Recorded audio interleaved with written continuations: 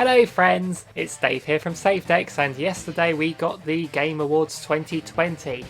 And just before that, Nintendo tweeted out that they are going to be revealing the next Smash Bros. Fighter, and that they did. And it is none other than Sephiroth from Final Fantasy VII. So before we get into that, I just want to say the video I did yesterday where I was speculating my top 4 choices of who it could be, Sephiroth was not on there, but I was not expecting that video to do as well as it did. I sort of mostly did it as sort of like a diary thing for myself and thought I'll put it out there, see if anyone's interested, and it's got on over 1800 views. I'm guessing that'll be the lot now that video's dated, now that we know who it is. You know, my subscriber count went up to 300, so thank you so much for everyone who watched that video. Thank you to everyone who's clicked subscribe, it does mean a lot. And if you still are not subscribed, it is not too late to join the party. Just hit that subscribe button, the image is coming on the screen now. So just click the button that looks like that and you can keep up to date with our future videos. So now let's go into what this trailer was. So firstly, I'm going to say they shadow dropped a game yesterday. It was called Shady Part of Me, and that was sort of in the pre-show, and I was like, I bought that because it looked really cool, and I'm going to do a review of that, so make sure you tune in for that coming up. And I thought I'll have a play on it while basically the Game Awards is on, while I'm waiting for the Smash announcement. But they revealed that Smash announcement like straight away. I was not expecting it to come that quickly, but that it did. The thing that I was interested in happened quite soon, so I didn't have to watch the whole thing. I still watched the whole thing, but basically, so it starts off with the World of Light scenes, and which was interesting because the trailer for Hero was in the World of Light style cutscene, which was another Square Enix rep. So it's interesting that if we see another trailer with World of Light in it, it's going to be a Square rep. We know that now. So my first thoughts when Sephiroth first appeared, I knew who it was. I'm not a Final Fantasy person. I've played 7. That's the only Final Fantasy I've played other than Crystal Chronicles. But I didn't get too far into it. Well, I got up to the Temple of the Ancients, I think it was called. So fans of that game, you can tell me how far that is into the game. I think it was on the first disc still. So that's really my knowledge of Final Fantasy. I don't know a whole lot. But so understandably, I hope I wasn't that excited for the announcement. I was a bit let down, I'd have to say. But time has passed. This is another reason why I've not done my on-the-spot reaction straight away. As time has passed and I've had time to think about it, it makes sense. I'm happier with it now. First of all, it's another villain. I mean, it's fantastic. We've got another villain in Smash now, and it's one to go against Cloud. And they started to add a few more villains with Ridley and K. Rool before Ultimate came out, so I'm glad we've got another one in there now. My only gripes with it being Sephiroth is the fact that I think that's it for Square Enix now. I can't see them adding 2 Square Enix reps in the same Fighters Pass, so that means we won't get Gino or Sora, which are 2 characters I would have preferred over Sephiroth, but sadly not going to be happening. And I think we've got that presentation on the 17th of December, and I think there'll be Mii Fighter costumes. I think if they're going to be in the game at all, that's what we're going to get. So I can see Sora being suited for a Mii Fighter costume, really, because they can just have him represented without any Disney stuff. So, but it's a shame about Gino.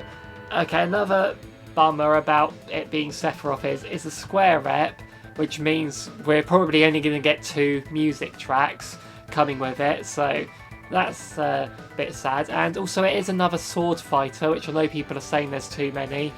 But he's got a long sword, so that looks quite interesting.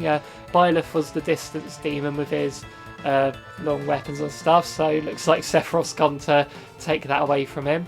His stage looked pretty cool. I have no idea what it's meant to represent. I'm sure Final Fantasy fans recognised it instantly, but it looks pretty cool backgrounds on it. And yeah, there was this wing that came out. I've seen people refer to him as like the one-winged angel or something like that, and I'm guessing it appears periodically, kind of like with the Persona thing with Joker. where like maybe he has to charge up a meter for that wing to appear, then he can do stronger attacks, something like that. A thing to make him more gimmicky, I suppose, like they're doing with these Fighters Pass characters. And I can't believe Mario got impaled. I mean, I honestly thought Mario was dead there, and they're actually showing it kind of like in the Ridley trailer, but it's cool. They had him just dangling, you know, by his overalls. That was pretty funny. And when him and Cloud were doing that sword fight afterwards, it's like, it's not until Mario flies away that you realise during that sword swinging bit, Mario was still impaled on there. So he would have been swung around as well. That was pretty funny.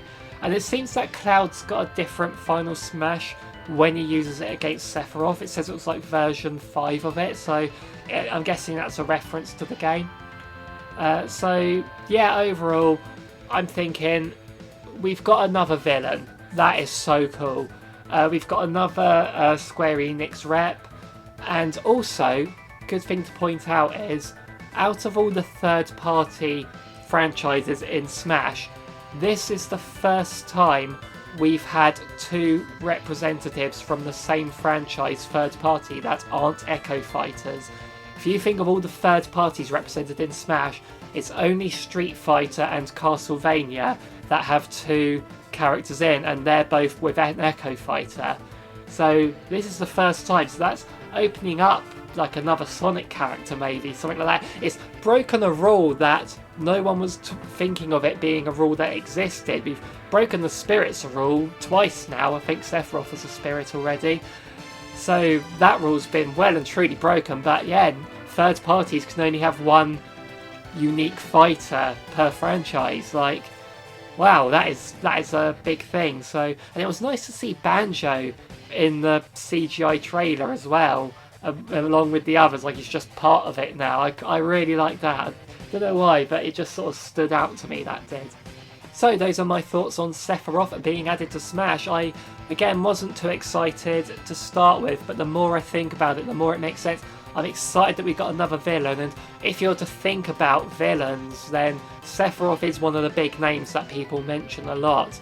And I mentioned in Crash yesterday, when I was speculating him, he represents sort of like that early PlayStation era, but so does Sephiroth in a way, along with Cloud, because Final Fantasy VII was a huge game for the PlayStation back then.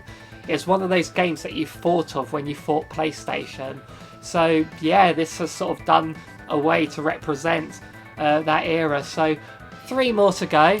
I'm hoping for Crash, Rayman and Shantae for those 3, but wow, when they throw in a character like Sephiroth, I'm like, it really could be anyone. But let me know in the comments down below what you think of this character. I won't speculate on who the last 3 can be, there's plenty of time for that in the future. What you're excited, what you think his moves are going to be, I really have no idea. I do not know the character, but I'm excited to see what's going to happen here. So we're going to find out on the 17th when Sakurai's going to present it all.